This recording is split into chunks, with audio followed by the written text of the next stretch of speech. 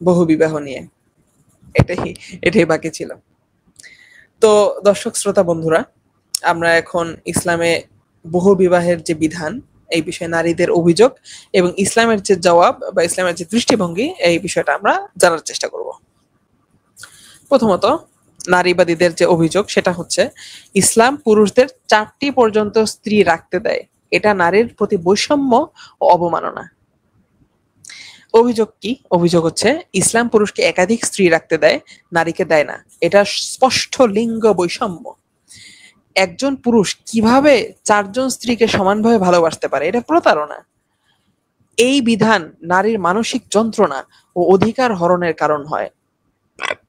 অনেক পুরুষ এই বিধানের অপব্যবহার করে নারীকে কেবল ভোগের উপকরণ বানায়। এই বিষয়ে আমরা ইসলামের জবাবটা জেনে নেই। ইসলামের জবাব, বহুবিবাহ অনুমোদন নয়, বরং সীমিত ও ন্যায়ের শর্তযুক্ত একটি সামাজিক সমাধান। তো আমরা বিস্তারিত চলে যাই। বিসমিল্লাহ। বহুবিবাহ কোরআনে অনুমোদিত, তবে বাধ্যবাধকতা নয়, ফরজ নয়। এই বিষয়ে আমরা সূরা আন-নিসা 4 নম্বর সূরা 3 নম্বর আয়াতে চলে যাই। সেটা আল্লাহ সুবহানাহু ওয়া তাআলা বলছেন, তোমরা যদি ভয় করো যে ইয়াতীম নারীদের প্রতি সুবিচার করতে পারবে না, তাহলে যাকে ভালো লাগে যেমন তেমন 2টি 3টি অথবা 4টি বিয়ে করো, কিন্তু যদি সুবিচার না করতে পারো তবে একটি। এখন শর্তটা কি দিয়েছে আপনারা কি দেখেছেন? শর্তটা হচ্ছে ন্যায় বিচার না করতে পারলে একটির বেশি হারাম। দেখুন আপনারা, কিন্তু সুবিচার না করতে পারলে তবে একটি। অর্থাৎ কুরআন প্রথমেই একক বিবাহকে নিরাপদ পথ হিসাবে উপস্থাপন করেছে। আচ্ছা, এখন আমরা দেখে নেই যে বহু বিবাহ ইতিহাসের প্রায় সব সভ্যতাতেই ছিল। এটা আপনার ইতিহাস ঘাটলে আপনারা বুঝতে পারবেন, এবং তা সর্বজন স্বীকৃত ছিল। ইসলাম এসে স্ত্রীর সংখ্যাকে 4-এ সীমাবদ্ধ করেছে। নিচে বিভিন্ন সভ্যতা ও গুরুত্বপূর্ণ ব্যক্তিবর্গের উদাহরণ দেওয়া হলো। আমরা এখন দেখে নিব যে বিভিন্ন সভ্যতায় বহুবিবাহ কি প্রচলিত ছিল নাকি। প্রথম কথা, আমরা চলে যাই ইহুদি ধর্ম, যেটা জুডাইজম, এবং বাইবেল অনুসারে বহুবিবাহ। ইব্রাহিম আলাইহিস সালাম, তার স্ত্রী ছিলেন সারা ও দাসী হাজেরা। এটা বুক অফ জেনেসিসে আসছে, যেটা তাদের আদি পুস্তক। আদি পুস্তকের হচ্ছে 1 থেকে 4 নাম্বার আয়াত, বা ওরা যদি বলে শ্লোক, যেটাই বলে না কেন। এক্ষেত্রে আমি একটা জিনিস উল্লেখ করতে চাই। আমি কম্পারেটিভ রিলিজিয়নের একজন ছাত্র হিসাবে আমি এই বিষয়টি পড়েছি। বাইবেল, তারপরে গীতা, অন্যান্য ত্রিপিটক, আমি মোটামুটি অনেক কিছুই পড়েছি। আমি অনেকগুলো ধর্ম সম্পর্কেও জানি। তো বাইবেলে একটা বিষয় লেখা আছে ইব্রাহিম আলাইহিস সালামের স্ত্রী সম্পর্কে। এটা হচ্ছে যে বাইবেলে তার মোট 3জন স্ত্রী ছিল বাইবেল অনুসারে। আরেকজনের নাম হচ্ছে কাতুরা। কাতুরা। তো এই বিষয়টি এখানে উল্লেখ করা হয়নি। আচ্ছা, তারপর হচ্ছে সারা। সারা সন্তানহীন ছিলেন, তাই তিনি হাজেরাকে স্বামী ইব্রাহিমকে দিয়েছিলেন। ইয়াকুব আলাইহিস সালাম, তার 4জন স্ত্রী ছিল, লায়া, রাহেলা, বিলহা, জিলফা। দাউদ আলাইহিস সালাম, তিনি আরো স্ত্রী ও উপস্ত্রী গ্রহণ করেছিলেন। অনেকগুলো অনেকগুলো ছিল আর কি তার, দাউদ আলাইহিস সালামের। এখানে এরকম আছে, এই যে স্যামুয়েল বইয়ের, যে David took more concubines and wives from Jerusalem after he came from Hebron, and more sons and daughters were born to David. এই বিষয় হচ্ছে আপনার স্যামুয়েলে পাবেন। আচ্ছা, সুলাইমান আলাইহিস সালামের সম্পর্কে এই বিষয়টা তাদের ধর্মে আছে যে তার ছিল 700 স্ত্রী এবং 300 জন উপপত্নী। উপপত্নী মানে কনকিউবাইন, যেটা আমরা দাস দাস বলি আর কি, মহিলা দাসী। আচ্ছা, এটা হচ্ছে ফার্স্ট কিংস, এটা আছে। He had 700 wives of royal birth and 300 concubines, and his wives led him astray. আচ্ছা, এটা আমরা দেখে নিলাম হচ্ছে ইহুদি এবং হচ্ছে খ্রিস্ট ধর্মে, মূলত ইহুদি ধর্মে, ওল্ড টেস্টামেন্ট থেকে। আচ্ছা, এবার আমরা দেখবো যে হিন্দু ধর্ম কি বহু বিবাহ আছে নাকি। আমরা প্রথমেই দেখে নেই, হচ্ছে এটা মহাভারতের একটা খুবই ফেমাস একটা ক্যারেক্টার হচ্ছে দশরথ, রাজা দশরথ। রামচন্দ্র, আচ্ছা এটা সম্ভবত রামায়ণের। এটা হচ্ছে রামচন্দ্রের পিতা। তার 3টা স্ত্রী ছিল, কৈশল্যা, কৈকেয়ী আর হচ্ছে সুমিত্রা। সম্ভবত রামায়ণের এটা, এই যে হ্যাঁ, বাল্মীকি রামায়ণ। অযোধ্যা, কন্দ। আচ্ছা, কৃষ্ণর কতজন ছিল? কৃষ্ণ হচ্ছে 16,108 জন স্ত্রী ছিল। 16,108 জন। 16,108 জন। এটা কোথায় এসেছে? এটা হচ্ছে ভগবত পুরাণ বা শ্রীমদ ভগবতম। এটা হচ্ছে কান্ত হচ্ছে 10, চ্যাপ্টার হচ্ছে 90, আর হচ্ছে ভার্স যেটা ওদের শ্লোক এটা হচ্ছে 29। যেটা সরাসরি লেখা আছে সেটা হচ্ছে যে হি Krishna simultaneously married 16,108 princesses in separate places. আচ্ছা, এটা কৃষ্ণর আমরা উদাহরণটা দিয়ে ফেললাম। পাণ্ডবরা, পাণ্ডবদের ক্ষেত্রে কি দ্রৌপদী একসাথে 5 ভাইকে বিবাহ করেছিল। এটা খুবই কমন, মহাভারতে এসেছে। এটা আমরা মোটামুটি হিন্দু ধর্মাবলম্বী যারা আছেন তারা সবাই এটা জানেন মোটামুটি। এটা মহাভারতে এসেছে আদি পর্ব, সম্ভব পর্ব। আপনার রেফারেন্স অবশ্যই মিলিয়ে নেবেন। আচ্ছা, তারপরে ইতিহাসের বিখ্যাত ব্যক্তিদের বহু বিবাহ। এই বিষয় হচ্ছে চেঙ্গিস খান। আপনারা সবাই চেঙ্গিস খানকে চেনেন। চেঙ্গিস খান মঙ্গল ছিলেন এবং তিনি মঙ্গল সাম্রাজ্যের প্রতিষ্ঠাতাদের একজন। তার 6টির অধিক স্ত্রী ছিল এবং অনেক উপপত্নী ছিল। এটা কোথায় এসেছে? এটা হচ্ছে the secret history of Mongols, chapter 260। আচ্ছা, তারপরে আমরা একটা ইংল্যান্ডের একটা রাজা সম্পর্কে, হেনরি এইট, ওনার 6 জন স্ত্রী ছিলেন। সূত্র কি? সূত্র আপনাদের দেওয়া আছে, আপনারা দেখে নেবেন অবশ্যই।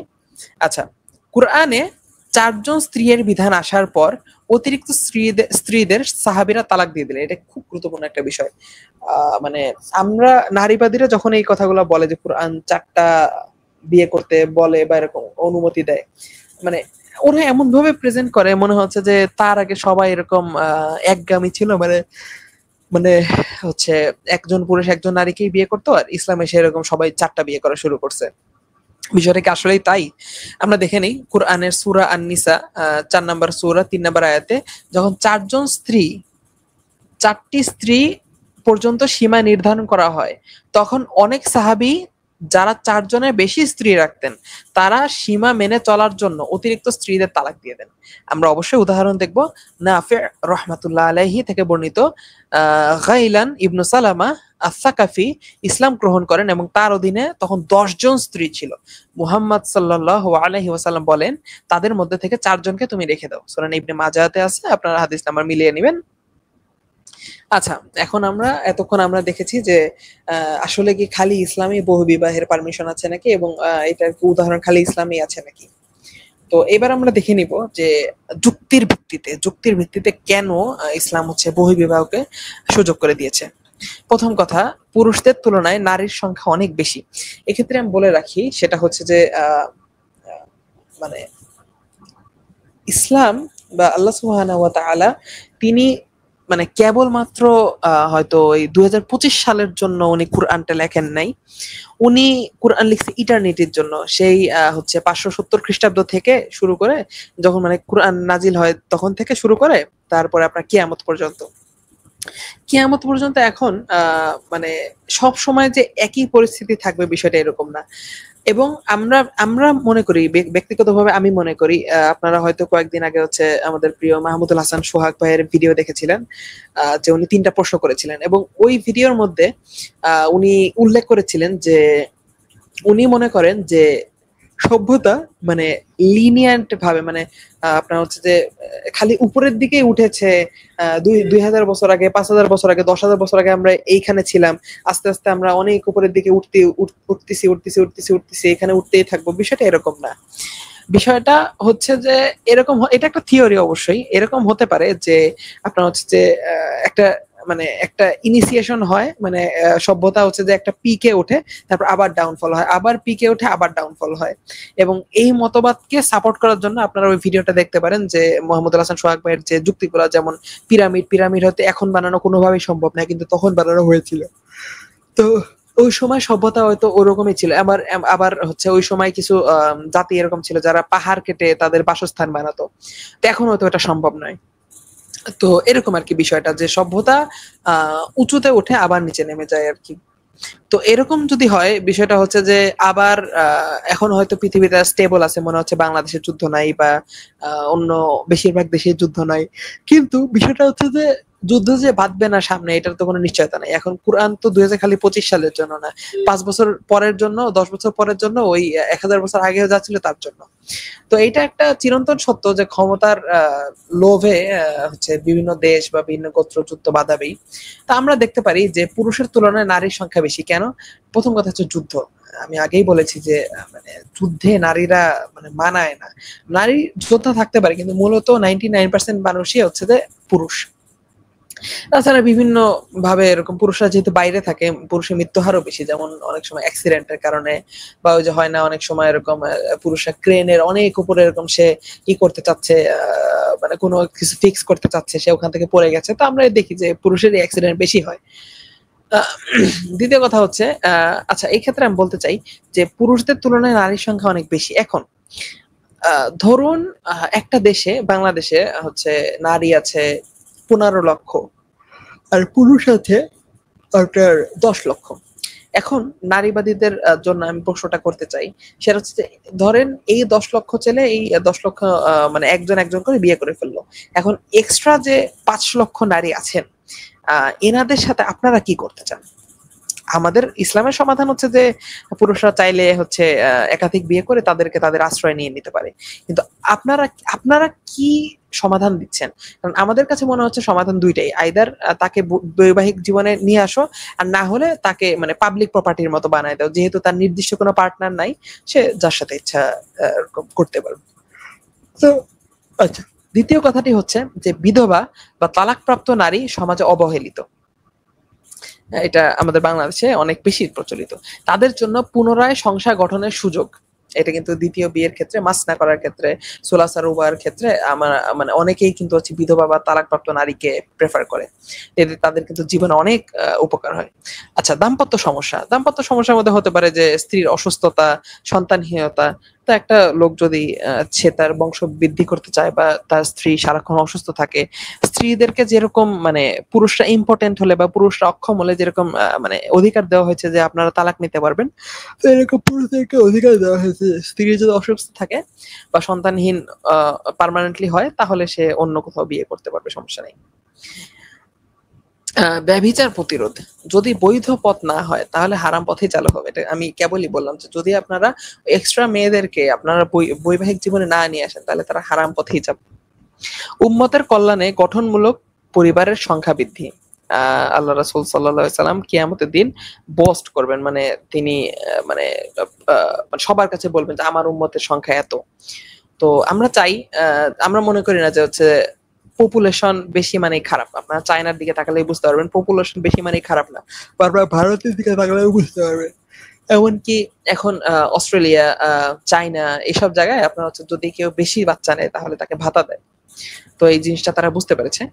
তো এই ক্ষেত্রে আমরা মুসলিমরা মনে করি যে মুসলিমদের সংখ্যা যদি বৃদ্ধি পায় তাহলে এটা সামগ্রিক কল্যাণ, এবং আমরা বিশ্বাস করি যে শুধুমাত্র জনসংখ্যা বৃদ্ধি পাওয়ায় কোনো সমস্যা নয়। সমস্যাটা হচ্ছে আপনি যদি তাকে অ্যাসেটে পরিণত না করতে পারেন, আপনি যদি আপনার জনসংখ্যাকে আপনি হচ্ছে জনসম্পদে পরিণত না করতে পারেন। আচ্ছা, এখন তো আমরা গেলাম যে হচ্ছে যে কেন ইসলাম পুরুষদের বহুবিবাহের সুযোগ দিয়েছে, এটা আমরা বলে ফেলেছি। এবার হচ্ছে নারীরা কেন একাধিক স্বামী রাখতে পারে না। এটা নারীদের একটা মানে সমতার বয়ানের একটা কৌশল, যে তারা বলে যে পুরুষরা যদি একাধিক স্ত্রী রাখতে পারে তাহলে নারীরাও একাধিক পুরুষ রাখতে পারবে। তো প্রথম কথা শরীয়তগত কারণ, প্রথম কথা হচ্ছে পিতৃত্বের পরিচয় মিলবে না এবং উত্তরাধিকারের জটিলতা সৃষ্টি হবে। এখন আমি আবার বলতে চাই, তারা নিয়ে আসে যে এখন ডিএনএ টেস্টিং আছে, সে অনেক কিছু আছে। আমি আবারও বলতে চাই, মানে আপনাদের যে মতবাদ এইটা খুব মানে খুব সীমিত সময়ের জন্য, আপনারা চিন্তা করেন খুব সীমিত সময়ের জন্য, কিন্তু কোরআন এমন একটা মানে বই, এমন একটা গ্রন্থ যেটা সেই 7th সেঞ্চুরি থেকে শুরু করে কিয়ামত পর্যন্ত টিকবে। তো এমন জিনিস লেখা থাকা লাগবে যেটা হচ্ছে প্রত্যেকটা টাইম লাইনে গিয়ে, প্রত্যেকটা শতাব্দীতে গিয়ে তারা কাজ ওই বইটা কাজ করতে পারে। দেখবেন যে আপনাদের যে মানব সৃষ্ট যে এই নারীবাদের যে বয়ান বা হচ্ছে নাস্তিকতার যে বয়ান, এটা আপনার হচ্ছে যে ডাই আউট করবে। নাস্তিকতার যে বয়ান দেখবেন যে 50-100 বছর পরে অন্য বয়ান চলে আসবে, এই বয়ান আর থাকবে না। কিন্তু ইসলামের প্রিজার্ভ করা হয়েছে, এই কারণে ইসলাম অমর। আচ্ছা, এখন প্রথম কথা বলতে চাই শরীয়তগত কারণ। এই যে আমি যেটা বললাম যে হচ্ছে যে পিতৃত্বের পরিচয় মিলবে না। এখন আপনি বলেন যে 7th সেঞ্চুরিতে মানে আজকে থেকে ১৫০০ বছর আগে প্রায় কিভাবে ডিএনএ টেস্টিং করবে মানুষ, বুঝছেন না? আচ্ছা, আমরা পরবর্তীতে চলে যাই। জৈবিক ও মানসিক কারণ। নারীর গর্ভধারণ, হায়েজ নিফাস, সন্তান প্রতিপালনের ধারাবাহিকতা, সামাজিক দিক, সন্তান ও পরিবারের গঠন হবে নষ্ট। আচ্ছা, পুরুষ সংরক্ষণকারী, নারীর উপর দায়িত্বশীল। এটা হচ্ছে সূরা নিসা 34 এর মধ্যে এসেছে। তো আমরা কিছু কিছু কারণ আমরা দেখে নিয়েছি। মূলত এই যে এই কারণগুলো হচ্ছে এই যে যে হচ্ছে আপনার পিতৃত্বের পরিচয় মিলবে না, বা তাছাড়া বৈজ্ঞানিকভাবে অনেক কারণ আছে, যেমন হচ্ছে এই যে নারীর গর্ভধারণ, হায়েজ নিফাস। এই ক্ষেত্রে একটা যুক্তি দেওয়া হয় যে আপনার হচ্ছে যেসব পুরুষরা হয়তো ধরেন অন্য কোনো দেশে আছেন, হঠাৎ করে সে ২-৩ মাস পরে ৭ দিনের জন্য তিনি বাসায় এসেছেন। এখন তিনি যদি এসে দেখেন যে তার স্ত্রী হায়েজ নিফাসের মধ্যে আছে, বা হচ্ছে গর্ভধারণ অবস্থায় আছে, বা হচ্ছে সন্তান প্রতিপালনের ধারাবাহিকতা অবস্থায় আছে, তো তিনি তো তার জৈবিক চাহিদা মেটাতে পারবে না, তাই না? তো এইটা হবে কি যে এটা হচ্ছে ফিতনা সৃষ্টি করবে। তার মনে হবে যে আমি অবৈধভাবে জৈবিক চাহিদা মেটাই। তো এই ক্ষেত্রে ইসলাম বলছে না, তুমি অবৈধভাবে জৈবিক চাহিদা মেটাতে পারবে না, তুমি দরকার হলে অন্য উপায় অবলম্বন করতে পারো। আচ্ছা, এখন আমরা শেষ পয়েন্টে চলে এসেছি। এটা হচ্ছে বহুবিবাহ। বহুবিবাহ কি নারীর অবমাননা? আসলেই এটা নয়। কারণ কি, নারীকে বিয়ে করে বৈধ অধিকার দেওয়া হয়, সম্পর্ককে হালাল করা হয়। আচ্ছা, এই বিষয়ে আমি আগেই বলেছি, নারী কি মাহার পায়, ঘর পায়। নারী যদি চায় আলাদা ঘরের সে ডিমান্ড করতে পারে, সে পাবে। নারী যদি চায় নিকাহ নামাতে, সে যে শর্ত ইচ্ছা, স্বামী যদি এগ্রি করে সে ওটা দিতে পারবে। আহ তারপরে যদি ডিভোর্স হয়ে যায়, ডিভোর্স হলে ইদ্যতের সে ভরণ পোষণ পাবে। তাছাড়া বিবাহকালীন তো সম্পূর্ণ ভরণ পোষণের খরচ হচ্ছে পুরুষের। তো এই জিনিস কি হচ্ছে মানে হারাম সম্পর্কের মধ্যে পাওয়া সম্ভব? এটা কোনোদিনও সম্ভব না। ইসলাম গোপন সম্পর্ক নিষিদ্ধ করে, যেখানে মেয়েরা সত্যিকারের অধিকার পায় না। আমি কেবলই বললাম, আপনি যারা এই যে পতিতা আছে, যারা এই যে মানে তারা কোনো পুরুষের আন্ডারে নেই, বা হচ্ছে কোনো তত্ত্বাবধানে নাই, এরা এরা যে কি জীবন কাটায়, আপনার তাদের তাদের জীবন জীবন দেখলেই বুঝতে পারবেন, তাদের সাথে কথা বললেই বুঝতে পারবেন। আচ্ছা, স্ত্রী প্রতিটির জন্য আলাদা অধিকার, ভরণ পোষণ, সময় ও আদরের ভারসাম্য ফরজ। এখন কথা হচ্ছে যে আল্লাহ সুবহানাহু ওয়া তাআলা কিন্তু বলে দিছে যে তুমি যে কয়টা স্ত্রী হবে সবাইকে সমান অধিকার দিতে বাধ্য। তো আপনি যে ভাববেন যে তাকে কম অধিকার দেওয়া হবে, বিষয়টা এরকম না। উপসংহার কি? উপসংহার হচ্ছে বহুবিবাহ ইসলাম প্রচার করে না। ইসলাম কিন্তু প্রচার করে না, এটা একটা নিয়ন্ত্রিত শর্ত সাপেক্ষ সামাজিক সমাধান। উদ্দেশ্য হচ্ছে ব্যভিচার রোধ, অসহায় নারীর সম্মানজনক আশ্রয়, সমাজ ভারসাম্য রক্ষা। নারীকে ভোগের বস্তু না বানিয়ে আনুষ্ঠানিক অধিকার দেওয়া, একে বৈষম্য বলা হয় না, বরঞ্চ ইনসাফ বলা হয়। ইনসাফ, ন্যায় বিচার। এটাই ন্যায় বিচার। আপনার মানে এই যে যারা নাস্তিক, এই যে যে আমি বারবার প্রশ্ন করলাম বারবার যে হচ্ছে যে এই যে এক্সট্রা যে ৫ লক্ষ নারী আছে, এদের বিষয়ে আপনারা কি করবেন? আপনাদের কাছে কোনো উত্তর নেই। কিন্তু ইসলাম একটা উত্তর দিয়ে দিয়েছে। তো আপনারা যদি ইসলামকে চ্যালেঞ্জ করতে চান, তাহলে আপনাদেরকে অবশ্যই এর থেকে বেটার একটা অল্টারনেটিভ নিয়ে আসতে হবে। আপনারা কোনো অল্টারনেটিভ না নিয়ে এসে আপনারা চ্যালেঞ্জ করে লাভ নেই। তো আমরা আল্লাহর রহমতে আজকে আমরা নারীবাদীদের ইসলাম সম্পর্কে যে অভিযোগগুলো ছিল এগুলো আমরা আলোচনা করেছি। অনেকগুলো স্লাইডে দেখিয়েছি। আপনাদের যারা যারা দেখেছেন, আপনাদের ধৈর্যের জন্য মানে অসংখ্য ধন্যবাদ। একজন ক্ষুদ্র মানুষ, তারপরেও আপনারা যে যারা যারা এখন পর্যন্ত দেখছেন, আমি আপনাদের প্রতি আসলেই কৃতজ্ঞ। এবং আমি যারা এরকম নাস্তিক্যবাদের মধ্যে আছে, নারীবাদের বয়ান যারা দেয়, আমি তাদেরকে বলবো যে আপনারা ইসলাম এর যে গঠনতন্ত্র বা ইসলাম যে যৌক্তিকতাগুলো, এগুলো সম্পর্কে জানুন। এবং আমি আশাবাদী যে আপনি যদি ইসলামকে ভালোভাবে পর্যবেক্ষণ করেন বা ইসলামের যুক্তিগুলো আপনি বোঝার চেষ্টা করেন, বিশেষ করে আল্লাহর মানে কিতাব কালামুল্লাহ কুরআন মাজিদ, এটা যদি আপনারা পড়েন, আপনাদের জীবনের উদ্দেশ্য আপনাদের কাছে পরিষ্কার হয়ে যাবে। আপনার প্রত্যেকটা বিধানের পিছনে যে মানে যে আপনার হচ্ছে রুলিং আছে বা যে হিকমত আছে, এই জিনিসটা আপনাদের কাছে পরিষ্কার হয়ে যাবে ইনশাআল্লাহ।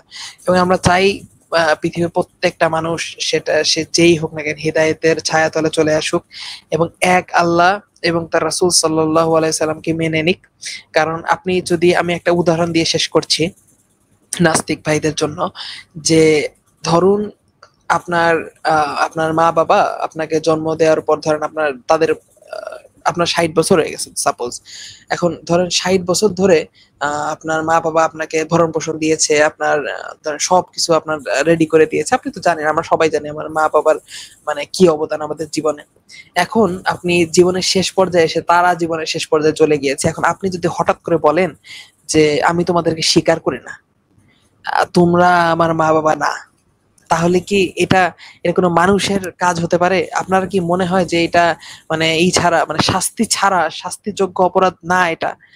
সেখানে আমি আবারও বলছি, সেখানে আপনারা নিজেরাই জানতেন না যে আপনার মা বাবা কি হবে। এমনকি আপনার মা বাবাও জানতো না আমার ছেলেটা কিরকম দেখতে হবে, ভবিষ্যতে গিয়ে কিরকম হবে।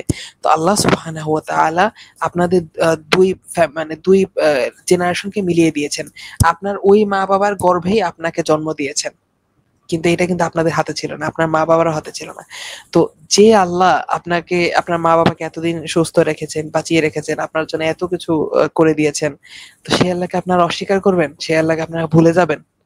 এবং সেই আল্লাহর আইনের বিষয়ে আপনারা মানে অন্ধভাবে আপনারা যুক্তিতর্ক করবেন? আপনারা কোনো কিছু বোঝার চেষ্টা করবেন না? তো বড় আক্ষেপ নিয়ে কথাগুলা বলা। আমার আন্তরিক আকুল আবেদন, যারা এখনো হেদায়েতের ছায়াতলে আসেননি তারা কুরআনটা পড়ুন এবং ইসলামের ছায়াতলে আপনাদেরকে সবসময় স্বাগত। এই বলে আমি আমার বক্তব্য শেষ করছি।